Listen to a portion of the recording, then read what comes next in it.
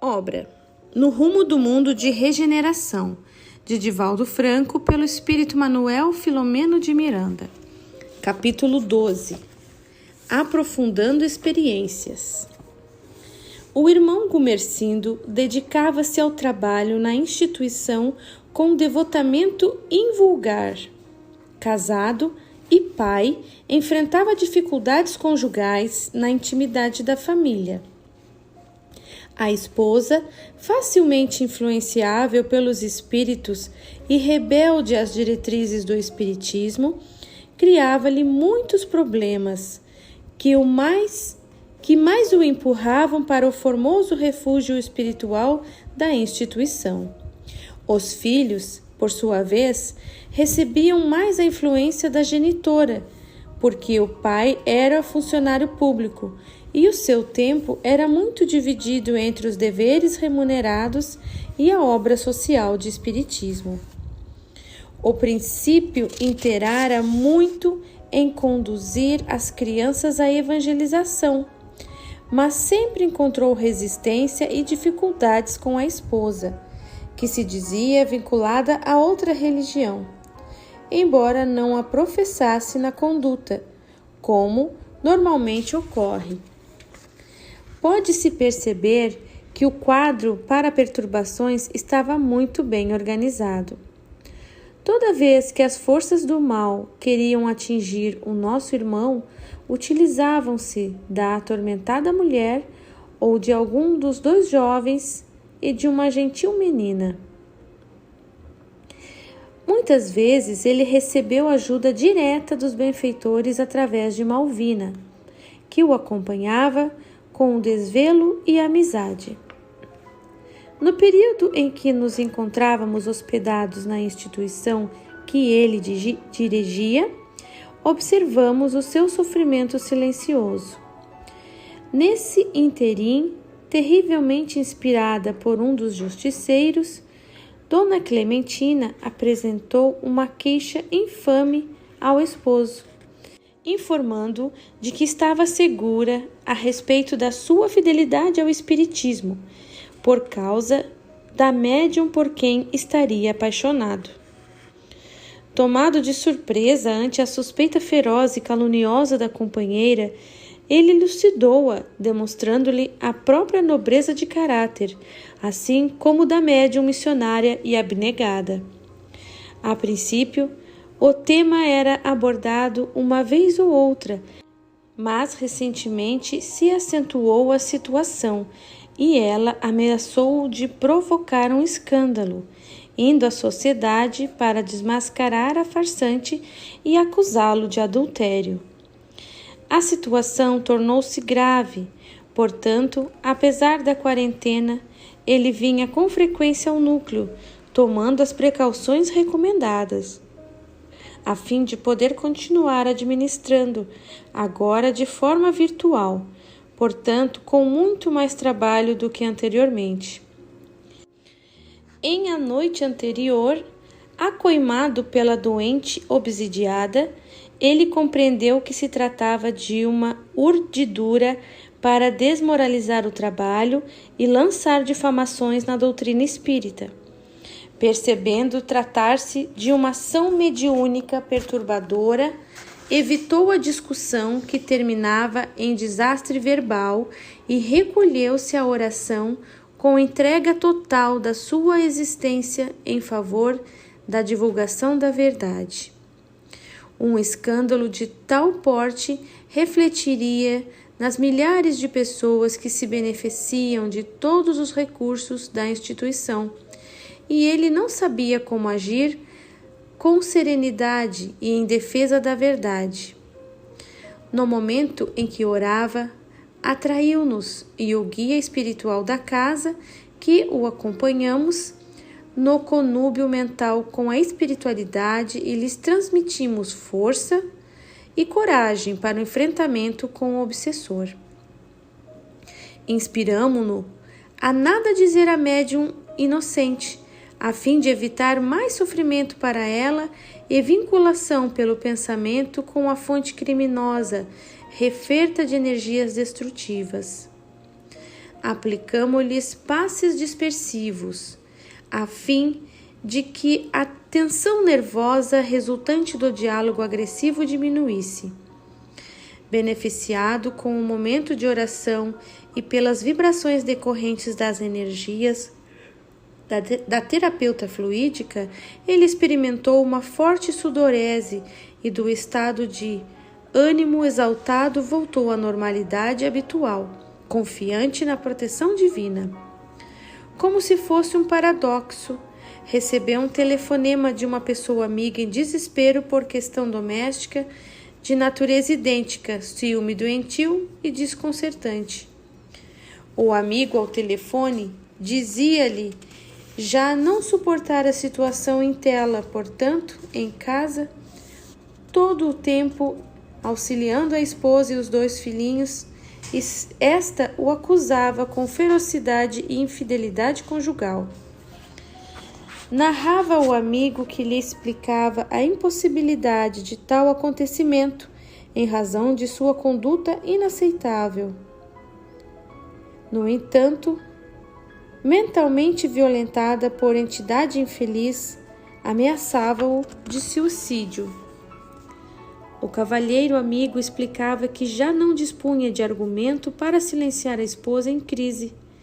O ouvinte, que padecia da mesma injunção, buscou na doutrina a orientação saudável, pedindo-lhe paciência e oração, únicos e valiosos recursos no momento, a fim de sanar a interferência de algum adversário. Sugeriu-lhe, naquele momento, a leitura do Evangelho segundo o Espiritismo de Allan Kardec, de modo a acalmar-se e, em consequência, gerar tranquilidade na companheira. Havia tanta sinceridade e espírito de cooperação que o nosso dirigente Spinelli sugeriu-nos a alguns, inclusive ao nosso passista, visitar o lar em angústia naquele momento. Terminada a comunicação telefônica, o amigo orou em fervor em favor do solicitante, e nosso mentor pôde captar-lhe a direção em que residia a família necessitada. Partimos de imediato e logo chegamos à residência do casal em litígio, encontrando o lar invadido por alguns espíritos ociosos e sob o comando de 2 adversários vigorosos, que mais tarde compreendemos ser os denominados justiceiros. A rede cruel de perseguição era mais complexa do que inicialmente se considerara. Como o queixoso era espiritista e frequentador da mesma instituição na qual nos encontrávamos, havia interesse dos adversários do bem em afligi-lo também, dentro naturalmente da lei de causa e efeito, porém com o objetivo de prejudicar o programa de cristianização da humanidade ante as soberanas luzes do Espiritismo. O que me intrigou no momento foi constatar que esses perseguidores não necessitavam de uma questão de dívida entre eles e aqueles que vitimavam. A questão era mais profunda. Todos quantos se encontravam com necessidade evolutiva de melhorar-se estão automaticamente incluídos entre aqueles que os desagradam e, por essa razão, devem ser eliminados. Nesse sofisma, apoia-se a perversidade dos enfermos espirituais para dar prosseguimento ao seu programa de vingança contra a humanidade que um dia, através de criaturas desacisadas, quais eles neste momento, referia-os na loucura que os dominava. Eis uma das razões básicas para a desarmonia que varre o planeta e o desassossego das existências em verdadeiro torvelinho. Como consequência das filosofias nihilistas e utilitaristas que em todas as épocas se voltaram contra a ordem e o equilíbrio dos seres humanos. A predominância dos instintos primitivos caracteriza esses dias, porém, defronta os sentimentos de beleza e amor que vicejam, embora muitas vezes asfixiados pela crueza dos atormentados. É certo que marchamos para a vitória da luz sobre a escuridão, do equilíbrio sobre o destrambelho das emoções, e a vida está sempre encarregada de perpetuar-se conforme o princípio insuperável da sua origem. Ele se encontrava na alcova de onde saíra a esposa, dominada por um verdugo que a acompanhou à cozinha, onde ela procurou algo fazer para distrair-se. A indução mental continuava empurrando-a para o prosseguimento da discussão com vista à possível agressão física. Spinelli solicitou mentalmente a Cláudio para que a socorresse com um passe especial, a fim de afastar o vingador, ao mesmo tempo que o amigo se lhe acercou da sua aura carregada de energia escura e pensamentos grosseiros. Os fluidos dele começaram a diluir a nuvem mental que a aturdia e conduziu-a ao quarto, onde se encontrava o esposo em lágrimas de agonia, também se viciado por outro perverso vingador, ante a zombaria dos circunstantes de muito baixa vibração moral. Eurípides pôs-se a orar entre altas vozes, que foram ouvidas pelos circunstantes desencarnados, e também ergueu as mãos em apoio ao passista, e luzes rutilantes saíram pelos seus dedos, que passaram a envolver o casal e atingir os seus perseguidores, que logo se deslocaram das vítimas, gritando com ferocidade e ameaçando-nos com expressões vis e coléricas. Os benfeitores continuaram como se nada tivesse acontecido, e alguns minutos após, respirava-se na habitação outra psicosfera, e o casal, abraçado em lágrimas de reconciliação. A senhora, recuperada momentaneamente, procurava justificar-se das demoradas cenas daquela manhã, enquanto o marido calmo acariciava, rogando-lhe que esquecesse e orasse com ele, agradecendo a Deus o bem-estar que subitamente os acometera, como se for um milagre. Tomadas algumas decisões, Eurípides convocou alguns amigos da sua comunidade e solicitou-lhes permanecer naquele lar até segunda ordem, evitando quanto possível o retorno dos invasores ou a presença de outros mesmo nível evolutivo.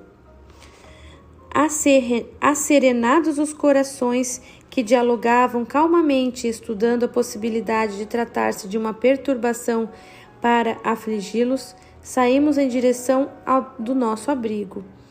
O dia transcorreu muito movimentado, não somente com o agravamento da doença do país, em face da contaminação volumosa, enquanto se anotavam simultaneamente a dádiva de algumas primeiras recuperações que trouxeram muita alegria a todos. Ao cair da tarde, acercamo-nos do mar e ali ficamos na praia, em um recanto de beleza incomum, beneficiando-nos da natureza e conversando sobre as ocorrências do dia que se apagava. Foi estabelecido que no próximo amanhecer realizaríamos uma reunião mediúnica especial para o atendimento de algumas dessas entidades sofredoras que necessitavam de enfrentar a justiça durante o engodo de serem aqueles que a aplicavam. Quando a noite chegou, coroada de astros refulgantes, fomos convidados a preparar a reunião, isto é, atrair os que se comunicariam a colocação de aparelhos próprios na prática da desobsessão e cuidados especiais com as duas médiuns, uma de cada plano da vida. Deixamo-nos conduzir pelas horas que avançavam e nos beneficiamos com os trabalhos espirituais da sociedade em que nos encontrávamos, com as ocorrências naturais. Meditava que silêncio absoluto é somente pobreza dos órgãos auditivos e quietude não é paralisia. Há movimento incessante em toda parte, porque a vida é realmente o milagre da movimentação. Lentamente e com segurança a noite avançou, e os primeiros minutos do amanhecer estávamos todos na sala mediúnica, enquanto os trabalhadores espirituais da instituição, solicitados pelo nosso mentor, organizavam os atendimentos e recebiam os convidados, inclusive os irmãos Gumercindo e o confrade que lhe pedia socorro, Dona Clementina, Malvina, que foram despertando suavemente e com a lucidez relativa ao estado evolutivo de cada qual, todos assessorados e bem assistidos. Aproximadamente a 1h da madrugada, Spinelli deu início à reunião, solicitando a Eurípides que procedesse a suplicar aos céus em favor do labor de socorro aos deambulantes da terra. O apóstolo sacramentano, com a voz doce e mansa que o caracterizava, suplicou ajuda ao Senhor dos mundos e depois à Mãe Santíssima e por fim a Jesus, o Mestre todo amor, para que abençoassem o esforço de todos em favor da harmonia e do progresso das almas e da humanidade. Ouvíamos suave melodia que bailava no ar entre as vibrações de paz e ternura que nos comoviam.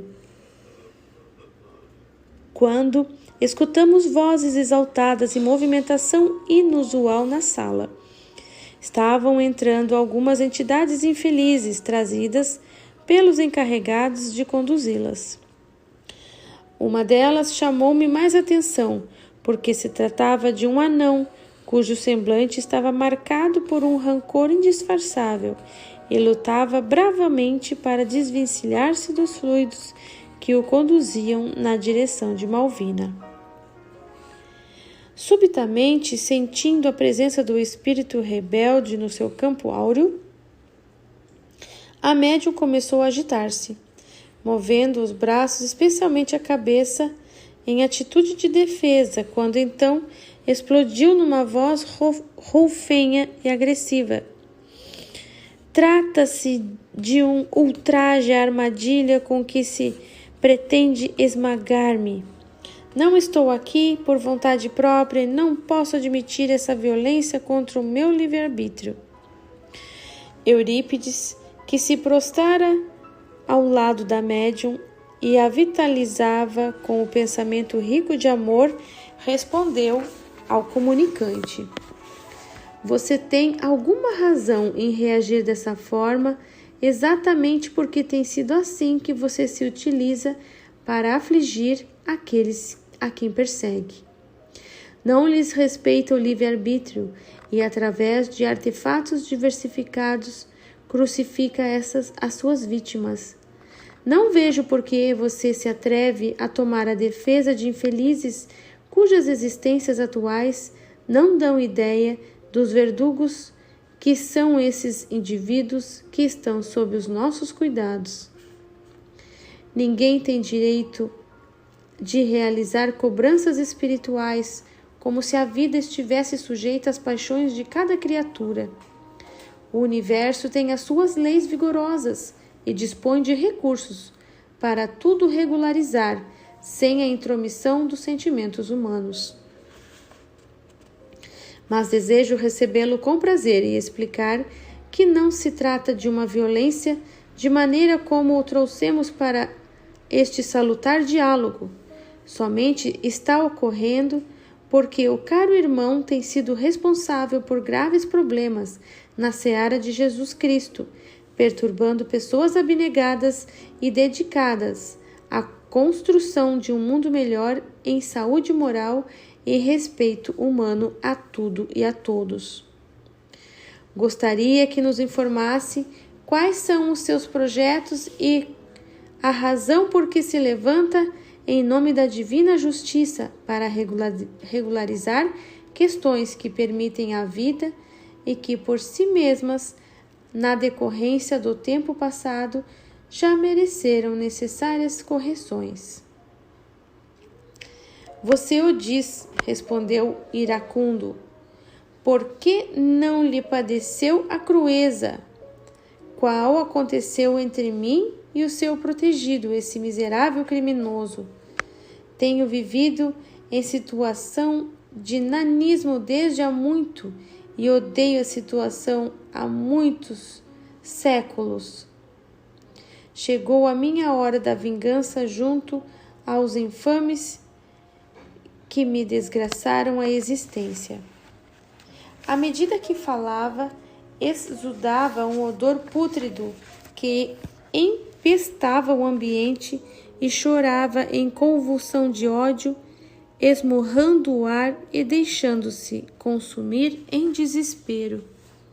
O benfeitor, sumamente compadecido, informou-lhe: o sofrimento é um processo de difícil purificação das misérias morais, a fim de que o espírito consiga recuperar a pureza inicial e para a qual está destinado. Certamente, razões que o irmão não considera geraram a necessidade do suplício para o seu autoencontro, o despertar do tesouro da consciência. Ninguém pode, no entanto, ser o cobrador das falhas e desgraças alheias, iniciando sempre em gravames para o futuro, como no caso em Tela. O casal sob aguda perseguição está inscrito nos códigos soberanos como devedor e o tempo dispõe dos instrumentos próprios para o restabelecimento do equilíbrio e a edificação do bem. Se você pensa que poderá afligi-los e assim vingar-se, passado o momento da derrotada de ambos, como você se sentiria? Que fará após vê-los tombar no vale terrível da amargura? A partir de então, você estará em curso na contabilidade como devedor, e essa roda não cessará enquanto o amor não luarizar, não balsamizar as feridas do padecimento. Já vai longe, bradou o revoltado infeliz, quando fui hostilizado pelos criminosos que me destruíram. A Inquisição Espanhola foi instituída por Isabel de Costela e Fernando II de Aragão, com as suas próprias leis estabelecidas no Tribunal do Santo Ofício. Tinham como objetivo essencial as questões religiosas, porém as superstições e a ignorância do povo alargaram a sua chama devoradora a quaisquer situações que lhes pareciam heréticas ou demoníacas, quando são resultantes de feitiçaria. Entre esses itens surgiram formas de perseguição cruel a ciganos, anões, como aos portadores de demônios ou aos próprios demônios assim nascidos. Os massacres dessa natureza multiplicaram-se em toda parte e chegaram à Espanha, prolongando-se até o século XIX, quando foram legalmente abolidos, mas não terminados. Naquele período infame, o valor do indivíduo era consultado do poder do dinheiro e das ligações entre a Igreja Católica e a coroa. A cegueira da justiça era fácil de ser comprovada através dos crimes praticados pelos denominadores das massas estúpidas e subservientes. Eu e um reduzido grupo de anões descendíamos de Davi, um dos pais da raça de Judá, e éramos perseguidos sistematicamente, conseguindo sobreviver abjurando a nossa fé. Na condição de marranos, vivíamos fora dos muros das cidades e pagávamos impostos extorsivos. Periodicamente éramos expulsos para Portugal, onde concluíram as matanças, para outras regiões da Ibéria ou outros países que também nos perseguiam. No período de Carlos II, conhecido como o enfeitiçado por causa das suas deformidades, era terrível e a sua corte devassa e cruel. Entre os nobres havia um casal que se comprazia agradando ao monstro, apontando judeus em inimigos de Deus e da coroa em todo lugar. Infértil também tinha outros problemas que o maltratavam, inclusive a fala, que não se entendia quase, em razão do queixo projetado para a frente, fruto espúrio de casamentos incestuosos. Numa das perseguições, a esposa, também da nobreza, ficou encantada comigo, miniatura de gente, e conseguiu, praticamente, fazer-me seu escravo, levando-me graças aos artifícios demoníacos, pôr-me no seu castelo e tornar-me um animal de exposição, explorado e infeliz, permanentemente acorrentado por ser judeu e maltratado por ser um demônio vivo, surrado com frequência após lutas em que me atiravam para defender-me de indivíduos fortes e saudáveis, resolveu, com a anuência do marido, Filipe de Costela, submeter-me ao santo ofício, e fui queimado vivo em um dia inesquecível de horror. Não ficaram na minha desdita somente as marcas da morte voraz, mas as chamas do ódio que me tem devorado desde esse momento. O mentor escutava-o, repassado de compaixão e deixando fazer a sua catarse, que lhe faria muito bem. Mas eu não morri, senti as labaredas em muito tempo, me consumindo sem destruir-me. Pensei em estar no inferno, conforme a crença geral. Constatei-o depois de socorrido por um grupo chamado de justiceiros que me ofereceu socorro na sua comunidade, também uma forma de inferno, onde seria recuperado e aguardaria a ocasião para a revanche, para a vingança bem amadurecida. Ele narrava com expressão de angústia o desespero incomum, gerando um ambiente de espontânea compaixão. Os nossos irmãos Gumersindo e a esposa, despertos e acompanhando as narrações, a pouco e pouco foram retornando aos dias do passado de luxo e de degradação, horrorizados com o que haviam feito. O desditoso continuou na sua verbalização quase automática. Neste interim, tomei conhecimento das reencarnações como mecanismo de justiça e presídio, de resgate ou caminho de libertação. Não sei bem o que é, mas existe, e aguardei a ocasião do reencontro, o que se deu há pouco menos de 2 anos, quando fui atraído pelo magnetismo dele, a inconsciência e irresponsabilidade dela.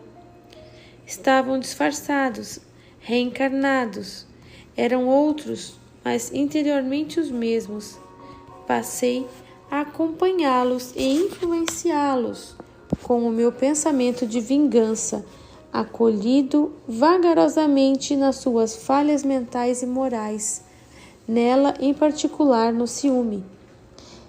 Ele me tem sido mais difícil em razão das suas preocupações com o falso Jesus a que pretende servir e está gerando dificuldades aos planos da nossa organização, que é expulsá-lo do mundo. Fez uma pausa, ao mesmo tempo que ululava de dores morais e de fluidos gentis da médium que o recebia, diminuindo-lhe a carga de angústia. No silêncio que se fez natural e nobre, Eurípides falou-lhe com afabilidade. A sua história, igual a de muitos outros irmãos nossos, comove-me às lágrimas. Também trago no coração as flechas dos males que pratiquei contra mim mesmo. No entanto, o sublime medicamento para a dor tão profunda é o perdão. Os irmãos acusados não são mais os mesmos, porquanto na fileira dos anos do passado retornaram mais de uma vez a aprender as lições sublimes do amor e da fraternidade. Ficaram no passado aqueles dias hórridos de barbárie e alucinação. Atualmente, o irmão Gumersindo está tentando apagar as marcas dos crimes de ontem, consolando as lágrimas de quem hoje chora. A sua esposa, ainda enferma dos sentimentos, necessita de compaixão, a fim de ter forças para a recuperação necessária. Somente Deus sabe as razões do seu sofrimento naquela ocasião. Há uma causa anterior que lhe trouxe como consequência as dores da forma humana e os padecimentos propostos pela ignorância das criaturas naquela época, há mais de 300 anos. Os seus algozes estão em despertamento para o bem, especialmente o esposo, que administra este lar escola de muitas vidas, milhares de existências que estariam estioladas ao sol do abandono, na tragédia das ruas, nos escuros caminhos dos crimes, na loucura, e tombariam fatalmente no suicídio. Conceda-lhes o favor da compaixão e mais tarde a bênção do perdão, que também iluminará o seu caminho, auxiliando na ascensão espiritual. Recorde-se de Jesus, até hoje perseguido. Parecendo recuperar a crueldade inicial, reagiu. Não me fale esse nome fatídico que foi a causa da minha e da desgraça de milhares de vítimas. Odeio e considero quase tudo que dele se diz uma farsa. Como poderei acreditar que veio libertar Israel do destino inglório da escravidão a Roma, como sucedera com outros povos antes, e não foi capaz de libertar-se a si mesmo? A sua convivência era com os depravados, os criminosos e viciados, em detrimento do que se legislava no templo dedicado a Salomão e se cultuava nos estudos dos profetas e da lei antiga. Caso ele tivesse vindo com alguma tarefa de honra para Israel, ele traiu Jeová e o seu povo.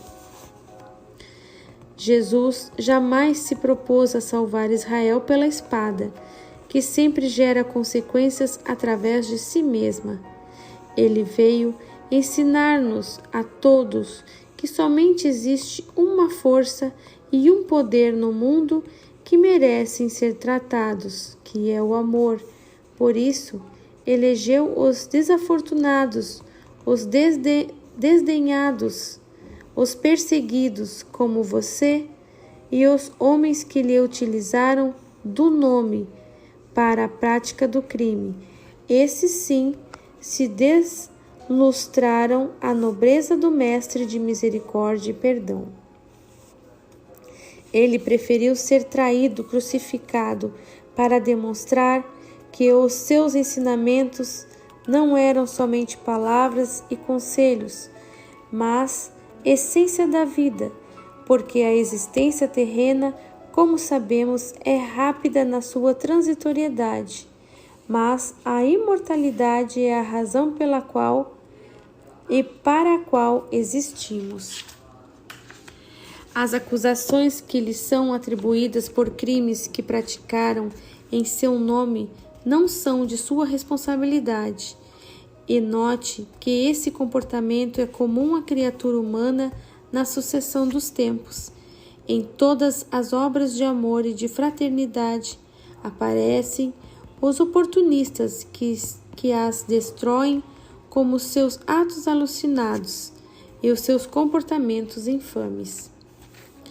No dia em que Jesus foi realmente vivido e ensinado, estarão em relevo a caridade e o amor, guiando as vidas na direção do reino dos céus, que se edifica no íntimo do coração. Tomado de revolta, ironizou: então eu tenho que perdoar meus algozes ainda dedicados ao infame da cruz, eles que me desgraçaram usando essa mesma cruz? O nosso plano é muito mais vasto. Está em pauta o combate a essa doutrina de fracos e covardes que trabalham na sombra da traição e do crime para transformar o planeta numa grande Gomorra e Sodoma, que o nosso Deus destruirá, aprisionando a todos os seus responsáveis. Iniciaremos levando a desditada mulher à loucura pelo ciúme, sentindo-se desprezada pela farsante de quem me utilizo para o nosso encontro. E à medida que ele desvarie, irá percebendo o controle das emoções e também será arrebatado pela desdita, demonstrando que o espiritismo é mais uma façanha mentirosa do que a verdade que se lhe atribui. Teremos prazer de produzir escândalos sucessivos. Depois, com o rebanho de outros que estão cuidando, e o desequilíbrio do grupo terminará sofrendo interferência das autoridades governamentais. Assim, de uma pequena chama podemos produzir um incêndio em vários pontos, porque o nosso programa de agressividade é coletivo, isto é, em diversos lugares ao mesmo tempo. Enquanto exprobrava, mudou completamente de aspecto, aquele do infeliz para o arrogante e triunfador, que se ufanava de estar a caminho da vitória. Sem qualquer inquietação, o amigo do educandário Esperança insistiu com o visitante. Todos percorremos caminhos mais ou menos semelhantes. O erro, em princípio, para a aprendizagem da dignidade e da compostura depois. Deixamos cardos e pedrouços pela estrada percorrida e somos constrangidos a retornar pela mesma senda, retirando os calhaus e os empecilhos que nos ameaçavam o crescimento para Deus. Esse crescimento é uma fatalidade semelhante às leis cósmicas. Nada pode modificar, porque são os alicerces universais. Enquanto o amor não vicejar no sentimento humano, a criatura estará mais na faixa primitiva do que na luz sublime da emoção divina. O meu irmão veio trazido para ter diminuídas as suas dores, assim irá cooperar conosco para que as aflições das suas vítimas atuais também sejam diluídas. Para tanto, contamos com o seu raciocínio. Permaneça aqui na instituição por alguns dias, especialmente agora que o mundo está em quarentena, recuperando-se moralmente sob o látego de uma pandemia, que é o mecanismo das leis superiores para equilíbrio moral do planeta, e veja como são úteis e o que fazem sob a inspiração de Jesus. Posso asseverar-lhe que, se depender de mim e dos nossos amigos, todos inscritos nessa guerra de libertação, nada você conseguirá com o seu Cordeiro de Deus. A frase foi exteriorizada com uma grande ironia, método normal de zombaria para perturbar a lucidez do antagonista. Procurando demonstrar o seu falso poder na comunicação, agitou a médium e ergueu-lhe os braços com os punhos cerrados, em atitude de golpear a mesma para parecer forte. A um sinal do mentor, o irmão Cláudio aproximou-se e aplicou passes dispersivos, eliminando os fluidos pesados que ele expelia na tentativa de prejudicar a aparelhagem delicada da médium. Enquanto isso, Eurípides introduziu o desditoso ao sono reparador profundo, o que logo aconteceu, sendo desligado e conduzido por auxiliares nossos a uma sala contínua, para nova oportunidade posteriormente. De imediato, a médium Malvina, em transe profundo, foi incorporada pela entidade que perturbou o casal, agora também presente no desdobramento pelo sono físico. Tratava-se de um cavalheiro com mais ou menos 50 anos de idade, que envergava indumentária religiosa de nível superior. O orgulho e a prepotência estavam visíveis na sua aparência presunçosa e nos ademanes de aparente distinção. Com ele vieram alguns áulicos trazidos sem o saberem pelos construtores do trabalho. Serviam-no em contínua bajulação que lhe exaltava a prosápia e o falso poder. Nada obstante, exteriorizava ondas carregadas de vibrações perniciosas, que lhes denotavam a faixa vibratória típica do seu estado de evolução. Deveria ter sido religioso de destaque em sua última experiência fracassada, em razão da sua face estampada pelas expressões de ressentimento e desgosto. Logo que houve a perfeita identificação do seu perispírito no de Malvina, podíamos ver a união de ambos que se confundiam em contínuas ondas emitidas pelos centros de forças poros perispirituais, tornando notável o fenômeno, demonstrando a supremacia do comunicante sobre o duplo etérico, que se dilui após a reencarnação. Quase víamos apenas o comunicante em todo o seu apogeu, expressando o alto significado do processo de manifestação, quando se afinam ambos os espíritos e o comunicante assume o controle da personalidade do instrumento mediúnico. A voz era tonitruante, muito diferente da médium, e repassada de uma vibração desagradável, como só ia acontecer com toda manifestação de orgulho e soberba. Tenho a impressão, asseverou certo desdém, de que me encontro diante de um tribunal de marginais, constrangido por desconhecida força a pronunciar-me como se estivesse sendo julgado pelos meus atos. Posso perceber pela disposição daqueles que aqui se encontram, que estou sob as leis que me submetem e às quais devo obediência compulsória. Não se trata disso, elucidou Eurípides. O amigo conhece perfeitamente essas leis que regem a vida e se impõem pela sua força transcendente à vontade de todos nós. Estamos, sim, num tribunal de amor para avaliarmos juntos as ocorrências que vêm tendo lugar em nossa instituição e com os seus membros, ante o plano de subjugação estabelecido pelo amigo e outros, em torno e contra os seus trabalhadores. Como a sua adesão voluntária não seria possível, apelamos para os desígnios superiores. Recorremos a Jesus, que é o nosso amado comandante, e ele aqueceu em trazê-lo até nós.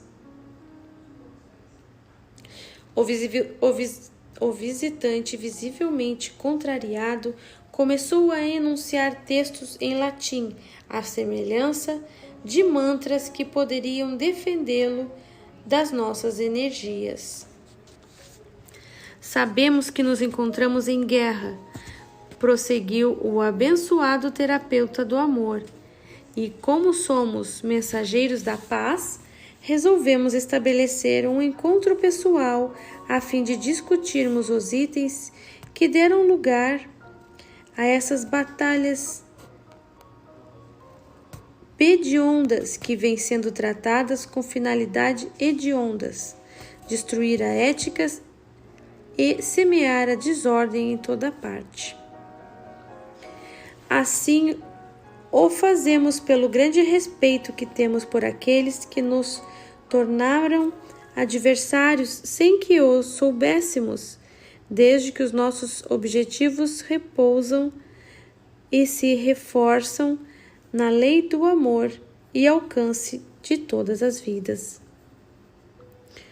Nesta instituição, vigem as diretrizes do amor aos filhos do Calvário, conforme a expressão de Jesus, de modo que a reuníssemos para os julgar. Afinal, todos necessitamos de apoio e de socorro urgente. Como o amigo nosso fez-se-nos adversário confesso, aqui nos encontramos para discutir as reais e as falsas razões da injustificada batalha de aflições. Silenciou para dar lugar ao diálogo, o que não se fez esperar. Realmente, já que sintetizou muito bem as ocorrências, a mim me cabe dizer que sou diretor de um dos departamentos de justiça da nossa organização. Estamos já em acirrado combate contra Jesus e os seus corifeus, desmanchando os bolsões de falsos religiosos que intimidam a humanidade com a sua falsa fidelidade e demonstrando que todos estão na mesma argamassa dos seus falsos diretores espirituais. Iremos pouco a pouco apagar as pegadas do caminho do Galileu, assim como os seus súditos de ontem e de hoje. Num mundo moderno onde não há lugar para comportamentos místicos e éticas falsas, ocultando os conflitos internos de todos os devassos e corrompidos. Apenas lhes despertaremos as próprias viciações e os comandaremos na direção do deboche e do crime bem urgido, desfazendo as impróprias máscaras de pureza e dignidade. Também eu estive do outro lado, quando enverguei a indumentária e me fiz bispo de M. Mantinha a aparência de altivez e honra. Distante da conduta mental e moral, fora da sacristia um dos recintos onde podia expressar-me na realidade, longe da farsa que executava para explorar os estúpidos e os atormentados que se me submetiam à autoridade eclesiástica. Identificado com outros companheiros do mesmo ou de maior naipe, servia-me em nome da fé religiosa, permitindo-me os prazeres para os quais todos nascemos e as religiões nos pretendem castrar como se fôssemos de especial tecedura orgânica. Ao morrer, encontrei a vida desregrada a que me permiti e fui muito bem acolhido no inferno, onde trabalho e sou feliz, desfrutando da posição invejável na administração da nossa comunidade. Sim, não encontrei o proclamado céu e tive uma decepção, porquanto somente defrontei misérias e desconfortos. Os centros de padecimento, as regiões de angústias e de recuperação multiplicaram-se em toda parte. E é claro, nós, os justiceiros, resgatamos e conduzimos para os nossos recintos todos aqueles que temos razões para combater o falso amor e a dediosa dignidade, sofrimentos íntimos envoltos nos tecidos da aparência diferente.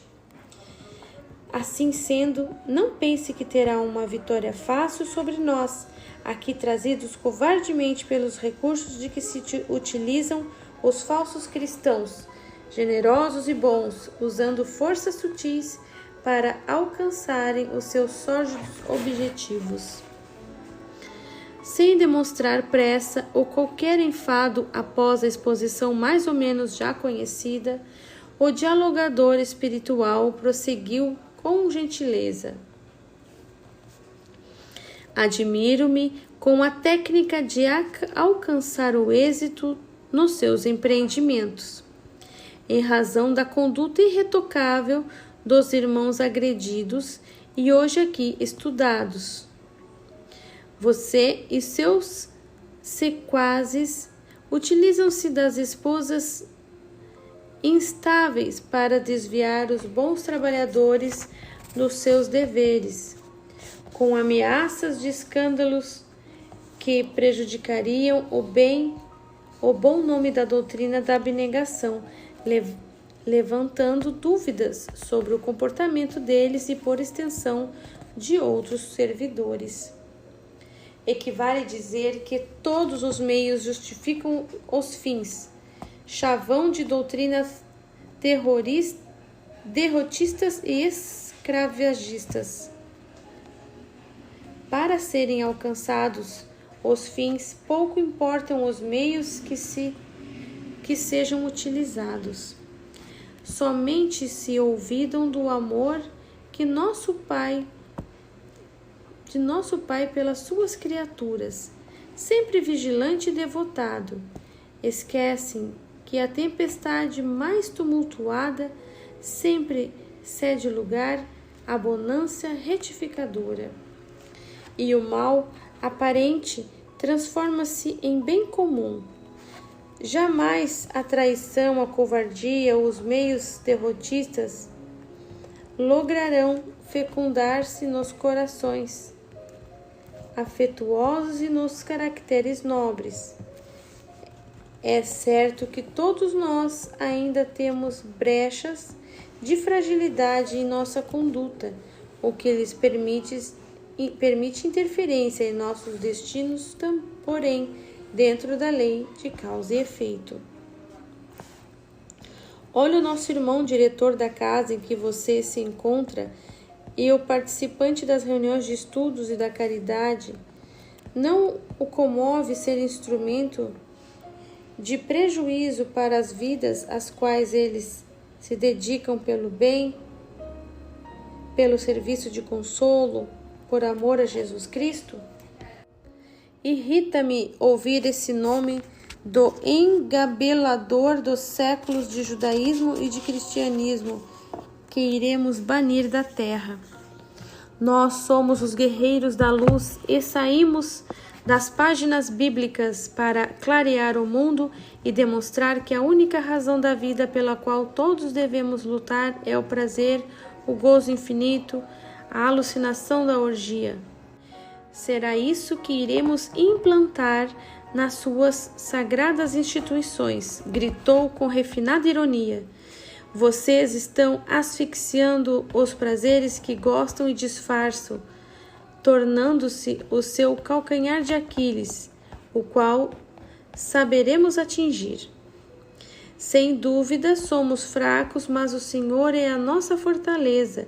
Quando vejo um bispo da Igreja Católica perverter-se, inspirado pelos seus pares que se encontram cá e o infestaram, é porque o seu caráter frágil estava somente vestido de dignidade e não a tendo vivenciado. Mas nem todas as criaturas somos iguais. A nós, Jesus fascina com a sua mansidão e paz, tão misericordioso que, transcorridos 2 milênios desde quando esteve conosco, sua voz ressoa em nosso íntimo e nos enriquece de paz.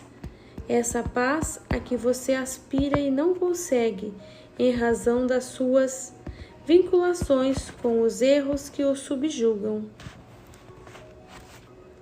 Eurípides falava com doçura e num timbre de voz que repercutia em todos nós. Experimentando a força do amor, o senhor bispo deu um sinal algo cabalístico e o seu séquito pareceu enlouquecer, blasfemando, ameaçando incorporação simultânea através de Malvina, desejosos de atacar os espíritos presentes, usando verdadeiros trapaces e produzindo uma balbúrdia infernal. Como já estivessem informados dessa possibilidade, os espíritos que zelavam pela reunião, templários que foram perseguidos 200 anos após ser criada a sua ordem, alcançaram os baderneiros e retiraram-nos da sala, envolvendo-os em fluidos que faziam lembrar correntes que os submetiam. Logo depois, o silêncio voltou a reinar e o intempestivo e sacerdote ilulava num desespero que inspirava compaixão. Não cederei nunca, blasonava, mesmo que tenha que ser queimado vivo outra vez pelos miseráveis descendentes do homem da cruz. Vingar-nos-emos a qualquer preço. Somos muitas as vítimas desses míseros e piegas religiosos da fé cambaleante e mentirosa. Eurípides, em silêncio, tinha lágrimas nos olhos ante a loucura do espírito em total desalinho. Acercando-se do atormentado, Cláudio pôs-se a aplicar-lhe passe circulares e calmantes, mantendo-o, entretanto, na comunicação de que se desejava liberar. Eurípides prosseguiu suave na terapia do perdão e enfatizou: o irmão e amigo refere-se ao seu momento no sacrifício, vítima da Inquisição, e cresce injustiçado. Como poderiam os seus confrades comportar-se ante a sua inditosa conduta, sendo membro do Santo Ofício e mantendo uma existência de luxúria ao aproveitar as suas vítimas para lucrar prazeres a que muitos fiéis às suas convicções se negavam e o acusavam publicamente? Permitindo-se transformar o seu palácio episcopal, onde desfrutava de injustas regalias, na falsa postura de ser representante de Jesus, era apenas um usurpador dos favores vigentes. em um pântano de indignidades. O mais imoral nessa trama sórdida é que foi denunciado por um colega de aberrações, que desejava desfrutar o quinhão de que lhe era concedido por cada acusação de novas vítimas, hoje reencarnado no amigo que vem perseguir por sua vez. Ninguém foge de si mesmo, nem das próprias construções íntimas. Você teria sido justiçado nos instrumentos que usava contra aqueles que lhe caíam nas mãos, e como não acreditava na fé religiosa, que lhe era uma profissão vantajosa, como para muitos tem sido, os demais criminosos davam uma demonstração de coragem e de honra, eliminando um devasso que deveria ser exemplo de honra e comportamento saudável. Naqueles já longevos dias, a religião era mais uma arma política nas mãos criminosas de bandidos a soldo de governantes de igual conduta do que aquilo que pretendia demonstrar a mensagem do Nazareno crucificado injustamente. Esse sim foi julgado conforme os interesses pessoais e deu-nos o exemplo da mansidão e da irrestrita confiança em Deus. Não são tribunais de homens e mulheres imperfeitos que espalharão na terra a honradez dos deveres a que eles próprios não correspondem. O indigitado parecia atoleimado ante as informações que lhe eram apresentadas, que faziam parte da sua existência vulgar e perniciosa. Pela memória começou a repassar a hediondez e os crimes que perpetrava às escondidas e alguns publicamente. Sempre acobertados pelas vestes religiosas que deveriam significar zelo real e devotamento ao bem, com infinitas demonstrações da misericórdia e de compaixão, conforme prometera ao concluir o seminário, com as promoções com que fora beneficiado, mais pela crueldade na maneira de agir do que pelo mérito da renúncia e da abnegação. Buscando parecer indiferente ao que se lhe punha à vista, tentou informar que a situação do passado nada tinha a ver com os acontecimentos históricos daquela vida de que degradara a sua, destruindo-a na forma orgânica. Eurípides não titubeou e ripostou. De igual maneira, os seus argumentos e o dos seus compadres não podem servir de motivo para combater aqueles que, desarvorados pela época infeliz e atrasada, utilizaram-se do poder para comprometer no desvario e na criminalidade. Eu sou inocente das acusações e fui queimado vivo. O irmão apenas experimentou a punição que aplicava naqueles que tombaram na sua insânia. Mas você sabe que o motivo era real e a sua uma conduta reprochável, que se encontra marcada a fogo na sua engrenagem espiritual, nos tecidos mais delicados do seu corpo perispiritual. Lembre-se das celas que você visitava antes da punição final e das suas propostas indecorosas, quão cínicas com aqueles indivíduos derrotados e sem alternativa.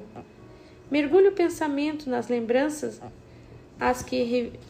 e as reviva agora, com a sua voz monótona, como uma hipnose verbal sugeria. Pense, reviva, volte àqueles momentos que estão vivos dentro de você.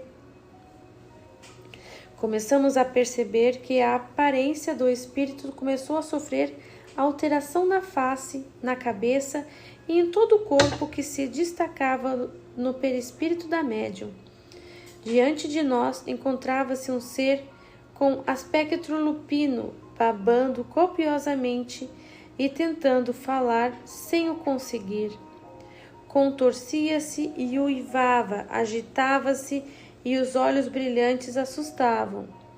Alguns dos espíritos vieram na sua companhia e ainda estavam na sala, foram tomados de pânico e começaram a gritar apavorados, como sendo assistido pelos amigos templários que os acompanhavam, retirando-os da sala mediúnica.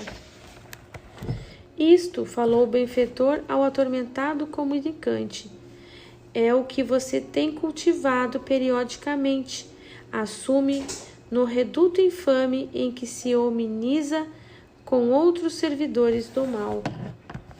A partir de agora, será essa sua forma física, fruto dos seus atos, e à medida que for beneficiado em nossa comunidade, irá recuperando a compleição humana, da qual abdicou pelos sucessivos disparantes que se permitiu, até que a bênção da reencarnação o conduza de volta ao proscênio terrestre para a necessária recuperação.